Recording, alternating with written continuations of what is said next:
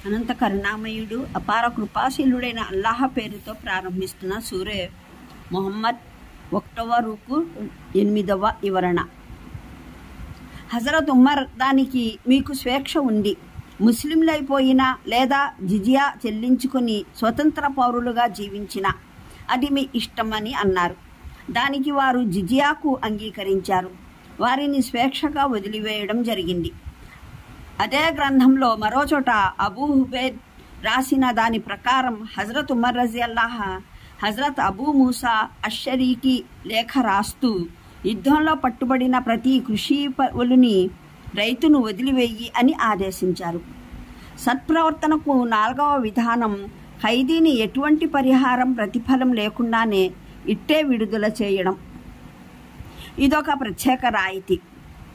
ఒక ప్రత్యేక ఖైదీ ఉన్న పరిస్థితులలో దీన్ని అవలంబించడం అవసరమనిపించినప్పుడు, లేదా ఈ రాయితీ వల్ల ఆ ఖైదీ శాశ్వతంగా ఈ మేలుకు కృతజ్ఞుడై శత్రువుకు బదులు మిత్రుడైపోతాడన్న ఆశ, లేదా అతను తిరస్కారి అయినట్లయితే విశ్వాసి అయ్యే అవకాశం ఉన్న పక్షంలో మట్టుకే ఇస్లామీయ రాజ్యం దీన్ని అవలంబించగలదు. అలా కాని పక్షంలో శత్రువులకు చెందిన ఒక వ్యక్తిని అతను మళ్ళీ పోరుకు రావడానికి వీలుగా వదిలిపెట్టడం ఎట్టి పరిస్థితిలోనూ ఔచిత్య విఘ్నతలకు తగినది కాదు. అందువల్లనే ఇస్లామీయ ధర్మవేత్తలు ఫుకాహా సర్వసాధారణంగా దీన్ని వ్యతిరేకించారు. దీన్ని అనుమతించడానికి ఈ నిబంధన పెట్టారు.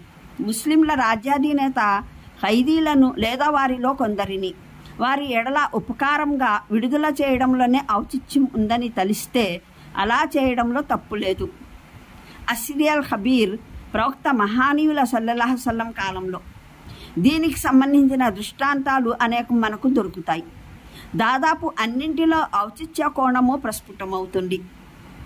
బద్ర యుద్ధ ఖైదీలను గురించి ఆయన సల్లల్లాహు అలైహి వసల్లం ఇలా అన్నారు: నేడు ముత్తయిం బిన్ అదీ బ్రతికి ఉండి అతను ఈ నీచుల్ని గురించి నన్ను సంప్రదించి ఉన్నట్లయితే నేను అతని కోసం వీరిని ఇట్టే వదిలిపెట్టేవాణ్ణి.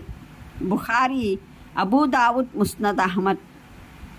ప్రవక్త శ్రీ సల్లల్లాహు అలైహి వసల్లం ఈ మాట పలకడానికి కారణముంది. ఆయన సల్లల్లాహు అలైహి వసల్లం తాయిఫ్ నుండి మక్కా పుణ్యపురికి తిరిగి వస్తున్నప్పుడు ముత్తయిం స్వయంగా ఆయన్ని తన రక్షణలోకి తీసుకున్నాడు. అతని కొడుకులు ఆయుధాలు ధరించి తమ రక్షణలో ఆయన్ని సల్లల్లాహు అలైహి వసల్లం హరం కాబా గృహంలోకి చేర్చారు. అందువల్ల ఆ ఉపకారానికి ప్రత్యుపకారం చేయాలనుకున్నారు ప్రవక్త శ్రీ సల్లల్లాహు అలైహి వసల్లం. బుఖారీ, ముస్లిం, ముస్నద్ అహ్మద్ ఉల్లేఖనం ప్రకారం యమామా నాయకుడు సుమాను బిన్ ఉసాల్ బందీ అయి వచ్చినప్పుడు ప్రవక్త శ్రీ సల్లల్లాహు అలైహి వసల్లం అతన్ని అడిగారు, సుమామా, నీ అభిప్రాయం ఏమిటి అని.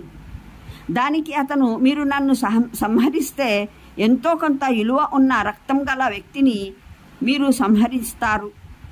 మీరు నా ఎడల మేలు చేసినట్లయితే మేలును గుర్తుంచుకునే వ్యక్తి ఎడల మేలును చేసిన వారవుతారు. మీరు సొమ్ము కోరుకున్నట్లయితే చెప్పండి, మీకు అది ఇవ్వబడుతుంది అని బదులిచ్చాడు.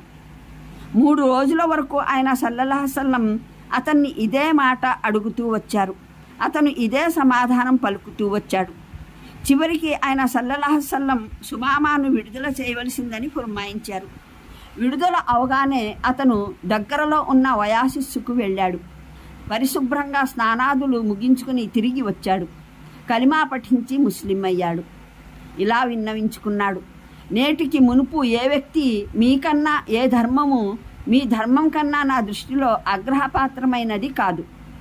కానీ నేడు ఏ వ్యక్తి మీకన్నా ఏ ధర్మము మీ ధర్మం కన్నా నాకు ప్రియమైనది కాదు. తరువాత అతను ఉమ్రాకు మక్కా వెళ్ళాడు. అక్కడ ఖురేష్ ప్రజలకు హెచ్చరిక చేశాడు: నేటి తరువాత మీకు యమామా నుండి ధాన్యాదులు ఏవీ చేరాలన్నా ముహమ్మద్ సల్లల్లాహు అలైహి వసల్లం అనుమతి లేనిదే జరగదు అని. కాగా అతను అలాగే చేశాడు. ఫలితంగా మక్కావాసులు ప్రవక్త శ్రీ సల్లల్లాహు అలైహి వసల్లంని వేడుకోవలసి వచ్చింది. యమామా నుండి తమకు ఆహార పదార్థాల పంపిణీని మాన్పించవద్దని. బనీ ఖురైజా ఖైదీలలో ఆయన సల్లల్లాహు అలైహి వసల్లం జబీర్ బిన్ బాతా, అమ్ర్ బిన్ సఆర్ లేక ఇబ్ను సుఅదా మరణశిక్షను రద్దు చేశారు.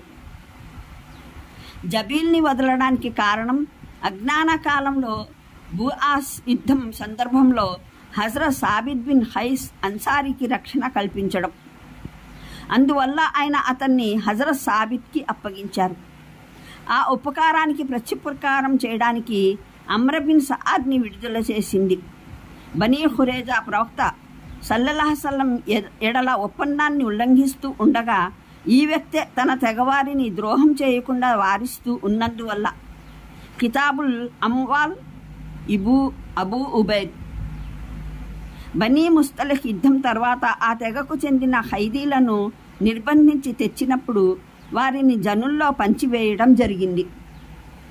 అప్పుడు హజరత్ జువేరియా ఏ వ్యక్తి వాటాలో వచ్చారో ఆమెకు తగిన ప్రతిమూల్యం అతనికి చెల్లించి ప్రవక్త మహానీయులు సల్లల్లాహు అలైహి వసల్లం విడుదల చేయించారు. తర్వాత ఆవిడను ఆయన స్వయంగా నికాహా చేసుకున్నారు. ఆ తర్వాత ముస్లింలందరూ ఇప్పుడు వీరంతా ప్రవక్త మహానీయుల సల్లల్లాహు అలైహి వసల్లంకు బంధువులైపోయారు అంటూ తమ తమ వాటాలో వచ్చిన ఖైదీలందరినీ విడుదల చేసి వేశారు. ఈ విధంగా 100 కుటుంబాల వ్యక్తులు విడుదల పొందారు. ముస్నద్ అహ్మద్, తబ్ఖాత్, ఇబ్ను సఅద్, సీరత్ ఇబ్ను హిషామ్. హుదైబియా సంధి సందర్భంలో మక్కా నుండి 80 మంది తన్ఈమ్ వైపుగా వచ్చారు. ఫజర్ నమాజ్కు ముందు వారు ప్రవక్త సల్లల్లాహు అలైహి వసల్లం క్యాంపు పైన ఆకస్మిక రేదాడి చేయాలని సంకల్పించుకున్నారు. కానీ వారు మొత్తం పట్టుబడ్డారు. ప్రవక్త మహానీయులు సల్లల్లాహు అలైహి వసల్లం వారిని అందరినీ విడుదల చేసి వేశారు. అతి సున్నితమైన ఆ సమయంలో అది పోరాటానికి కారణం అవరాదన్న భావంతో ముస్లిం, అబూ దావుద్, నసాయి, తిర్మిజీ, ముస్నద్ అహ్మద్. మక్కా విజయం సందర్భంలోనైతే ఆయన సల్లల్లాహు అలైహి వసల్లం కొందరిని తప్ప మక్కావాసులనందరినీ సత్ప్రవర్తనా సూచనగా క్షమించి వేశారు. మినాయింపు ఇచ్చిన వారిలోనూ 4 తప్ప ఎవరినీ హతమార్చడం జరగలేదు. మక్కావాసులు దైవ సందేశహరుల సల్లల్లాహు అలైహి వసల్లం పైన, ముస్లింల పైన ఎటువంటి అత్యాచారాలు జరిపారో అరేబియా అంతా ఎరిగినదే. అటువంటి పూర్వ రంగానికి సదృశంగా దానికి భిన్నంగా విజయం సాధించినప్పటికీ ఎంతో ఉన్నత సంకల్ప బలంతో ప్రవక్త శ్రీ సల్లల్లాహు అలైహి వసల్లం ఆ జనుల్ని క్షమించి వేశారు. దీనివల్ల అరేబియా వాసులందరికీ తృప్తి కలిగింది. తాము నిరంకుశ ప్రభువును కాదు, అత్యంత దయార్ద్ర హృదయుడు, అనురాగమయుడు, అనుగ్రహశీలి అయిన నాయకుని ఎదుర్కోబోతున్నామన్న భావన వారిలో కలిగింది. ఈ కారణంగానే మక్కా విజయానంతరం సమస్త అరేబియా ద్వీపకల్పం స్వాధీనమవడానికి 2 ఏళ్ల కన్నా అధిక సమయం పట్టలేదు. హునైన్ యుద్ధం తర్వాత హవాజిన్ తెగ ప్రతినిధి వర్గం తమ ఖైదీల విడుదల కోసం హాజరైనప్పటికే ఖైదీలందరినీ పంచివేయడం జరిగిపోయింది. ప్రవక్త శ్రీ సల్లల్లాహు అలైహి వసల్లం ముస్లింలందరినీ సమావేశపరిచి ఇలా సెలవిచ్చారు: ఈ జనులు పశ్చాత్తాపంతో మరలి వచ్చారు. నా అభిప్రాయంలో వీరి ఖైదీలను వీరికి తిరిగి ఇచ్చివేయాలి. మీలో ఎవరైనా తన వాటాలో వచ్చిన ఖైదీలను సంతోషంగా పరిహారం లేకుండా వదిలివేయదలిస్తే అలానే వదిలివేయాలి. మరెవరైనా పరిహారం తీసుకోదలిస్తే వారికి మేము బైతుల్ మాల్ ప్రభుత్వ ధనాగారంలో ప్రథమంగా వచ్చే ఆదాయంతో పరిహారం చెల్లిస్తాము. కాగా 6000 ఖైదీలను వదిలివేయడం జరిగింది. పరిహారం తీసుకోదలిచిన వారికి ప్రభుత్వం పక్షాన పరిహారం చెల్లించబడింది. బుఖారీ, అబూ దావుద్, ముస్నద్ అహ్మద్, తబ్ఖాత్, ఇబ్ను సఅద్. ఈ సంఘటన ద్వారా తెలిసి వచ్చిన మరో విషయం, పంపిణీ జరిగిన తరువాత స్వయంగా ప్రభుత్వం కూడా ఖైదీలను విడుదల చేసే అధికారాన్ని కోల్పోతుంది. అలా విడుదల చేయదలిస్తే ఖైదీలను ఎవరికి పంచి ఇవ్వడం జరిగిందో వారి ఇష్టంతో లేదా వారికి పరిహారం చెల్లించినప్పుడే విడుదల చేయ వీలవుతుంది.